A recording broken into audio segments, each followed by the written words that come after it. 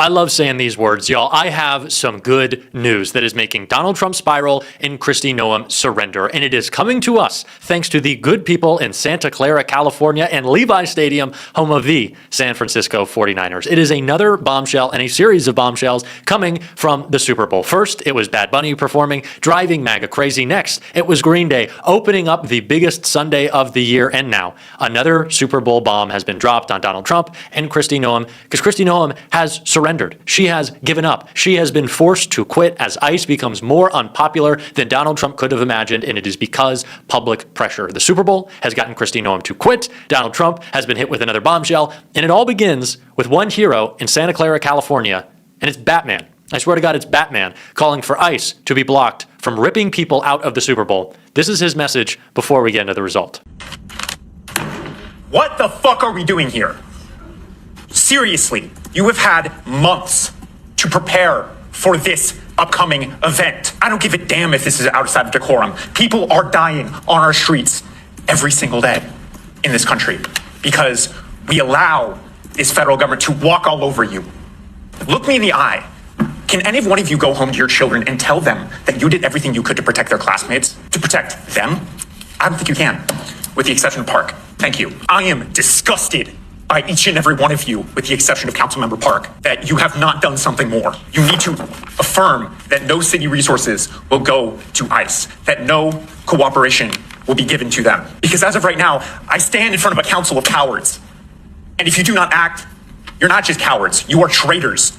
Traitors to each and every individual you serve. You need to do something about getting these policies into writing, ensuring that your officers do not cooperate with ICE, ensuring that they cannot use city resources, that they cannot tap into city data before more people die.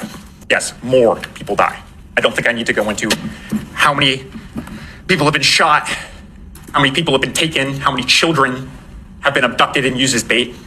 I don't need to tell you that. You see it on the TV every single day. I don't want you to sit back and watch. I want you to fucking do something. I'm not begging you. I'm fucking demanding that you act with some semblance of a fucking spine. Do something! Thank you. Mr. Ortiz. That's what I'm talking about. That's the Dark Knight right there. That is the hero that we don't deserve, but we need. Thank God for Batman. I don't think that was Christian Bale, but I don't think it was George Clooney either. But I'm really glad that he was there. And fucking yes, that is the language that we need to be using. You are not out of decorum, maybe some stupid decorum, but that is the only language that is feasible and reasonable to get people to pay attention. And if you need that type of language thrown in your face, you shouldn't be doing this job. If you are a city council member who is allowing ICE to run through Santa Clara, to run through the Super Bowl, and any other place where you have jurisdiction, and harass and harm and kill citizens, you have failed. How much more information do you need? Even Donald Trump is fed up with Kristi Noem. I mean, Boris and Brownie, you both know very well this is a president who often takes questions from reporters. I'm not sure I've ever been at a cabinet meeting covering the president, whether in this term, and this was his 10th cabinet meeting so far in his second term, or in his first term, where he did not take questions from reporters at the end. It's extremely rare for the president to do that. He went around the room and called on a handful of cabinet secretaries, more than a handful probably actually, but one that he notably did not call on was standing to my left, and that was the Department of Homeland Security Secretary Kristi Noem, who we know has come under intense scrutiny in the last several days. Donald Trump wouldn't let Kristi Noem talk today during the cabinet meeting. And you think it's a bad idea to oppose ICE? You think you should let them roam free? Well, that was going to be the policy of the Super Bowl. ICE was going to be running all over the place. Yes, because it's immigrants who have $10,000, $15,000, $20,000 to spend on a Super Bowl ticket. It was bullshit. That was going to be the policy. And now Kristi Noem has quit on that policy. ICE quietly bails on Super Bowl as outrage grows. The Department of Homeland Security is reportedly benched for any NFL-sponsored events. Immigration and Customs Enforcement is quietly backing away from its earlier threat to make arrests at the Super Bowl. ICE agents will not be deployed at the Super Bowl set to take place at Levi Stadium in San Francisco, Santa Clara, home of the San Francisco 49ers, though, on February 8th, TMZ reported Thursday. What's more, the Department of Homeland Security insiders told the outlet that ICE activity at any NFL-sponsored events across the city at all has been ruled out. This is a stark reversal from DHS's initial posture that agents would be present for the face-off between the Seattle Seahawks and the New England Patriots. Blech. The change comes after polling revealed that ICE operations are overwhelmingly unpopular with Americans. Federal agencies typically coordinate with state and local officials to provide security and combat human trafficking and other illegal activity at large-scale events, but this prospect of ICE agents actively detaining individuals at the Super Bowl, which draws some 60,000 attendees, was unprecedented. We have heard from the administration that they intend to have ICE at the Super Bowl. I don't know how much of that is rhetoric, San Jose Mayor Matt Mahan told local news KTVU just days before DHS quietly changed course. The retreat comes amid mounting outrage over federal immigration enforcement tactics after a second U.S. citizen was killed by a federal agent in Minnesota this month. Shut up, shut down, and shipped the fuck out of town. That is how it should be. It should not take a Batman and like coming out of being, he's a nocturnal creature, and you have him at the city council meeting during the day having to tell you people to do your jobs. No. Robert Pattinson has got stuff to do, people. Do not take away Batman's time fighting crime, focused on fighting, elected officials on the city council with no spine. It's embarrassing. But what's so important about this move is it wasn't the city council. Also embarrassing of the city council that it wasn't the city council. It was Kristi Noem retreating. It was Kristi Noem retreating. And I want to talk more about Kristi Noem and all the reasons I despise her. And we're going to make a lot of jokes about Botox, and we're going to have a lot of fun. So please do stick around for that. But I do want to say one thing.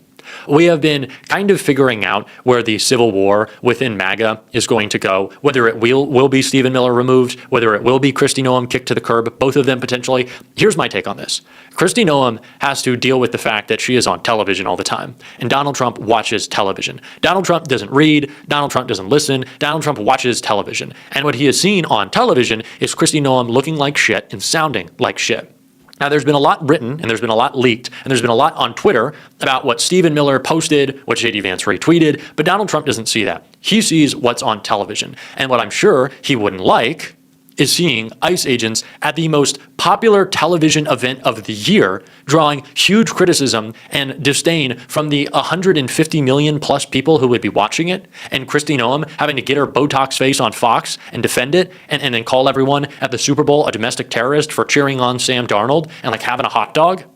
Yeah, I don't think that is what Donald Trump wants to see. But so if it is going to be Noem or if it is going to be Miller, I think it's going to be Kristi Noem, because Donald Trump sees her face and he doesn't like it. It is why they had a 2-hour meeting in the Oval Office with Corey Lewandowski, who Kristi Noem is having an affair with, but that is a different story. I said I wanted to talk about Kristi Noem, and we're going to. I said I wanted to talk about Democrats, or maybe I didn't, but we're going to. Democrats need to come out in full force. This is not a moment to reach across the aisle. This is not a moment to do bipartisanship. I said it the other day. We're not going to have a couple scotches like the good old days and a cigar and talk it over. These people hate us. These people want to hurt us. These people want to kill us. What they are saying is that immigration is such a crisis instead of a gift that it requires a militarized police force. That is the argument. That is the basic framework. If we're talking straight politics here, not even my opinion, that is the basic framework of the argument that they're making. Immigration is such an issue, we need a militarized police force. Okay. When Democrats buy into the idea that Tom Homan is law enforcement, or Greg Bovino, who's out, is law enforcement, or that Kristi Noem is an actual cabinet secretary instead of just a hack and someone trying to inflict maximum cruelty so she can get on Fox more or spend $100 million of the DHS budget to run ads all across America pretending like she's in Yellowstone. If we engage with these people and treat them as good faith actors, or that they have a goal that is to keep us safe, then we pretend that, yeah, we do need a militarized police force and that we do believe that this is law enforcement. It is not. And when we cede that ground to them as Democrats, when we buy into that framework, then if we are not willing to go as far as they are, and we shouldn't, we just appear weak. So it is bad politics to engage as if this is legitimate. It is bad politics. It was just like when Elon Musk was announcing Doge, and a lot of Democrats came out and said, well, I really do think, I really do think that it might be smart to look at corruption. Oh, we're sorry about corruption. We're sorry. Why are you sorry? Why is it our fault? What? Why did we take on the burden and then let Elon Musk run roughshod through every single agency that, one, was going after him and holding his business accountable, but two, helped us? Like the Consumer Financial Protection Bureau? Why did Elon get rid of that? To make himself money and to hurt you. There was no corruption. There was no waste, fraud, and abuse. So when we accept the terms of the argument that they give us, and then we push back against the argument, we just look weak. It's bad politics. It's not smart. I think anyone who watches me for even a second can probably guess that Jack wants ICE to be abolished. But I'm not even advocating for this based out of my personal value set. I'm saying if the Democratic Party wants to do good politics, then we cannot come to the table with Republicans and cook a worse dish, right? Like it wouldn't make any sense. We're going to a pie making contest and bringing pancakes. And Zhang was like, well, we don't really like pie that much. Well, you showed up. If you're going to show up to the pie making contest, you might as well make a pie, but we don't want a pie. I think this analogy is terrible, but I think you know what I'm saying. If we play into their argument, then we can't refute it. We have to fundamentally deny the terms that it is set on. We have to have an affirmative view of immigration as something that builds communities, as something that built our country, as something that is fundamentally deflationary. Remember when we were talking about the cats and the dogs in Springfield, Ohio? Do you know why there were so many Haitian immigrants in Springfield, Ohio? It is because businesses were bringing them in to revitalize and work in their factories. And because of that, restaurants saw business boom. There were small little businesses started up to drive people back and forth from those factories. Why? Because they didn't have cars. Because they're not walking in and stealing all your money and buying up all the everything.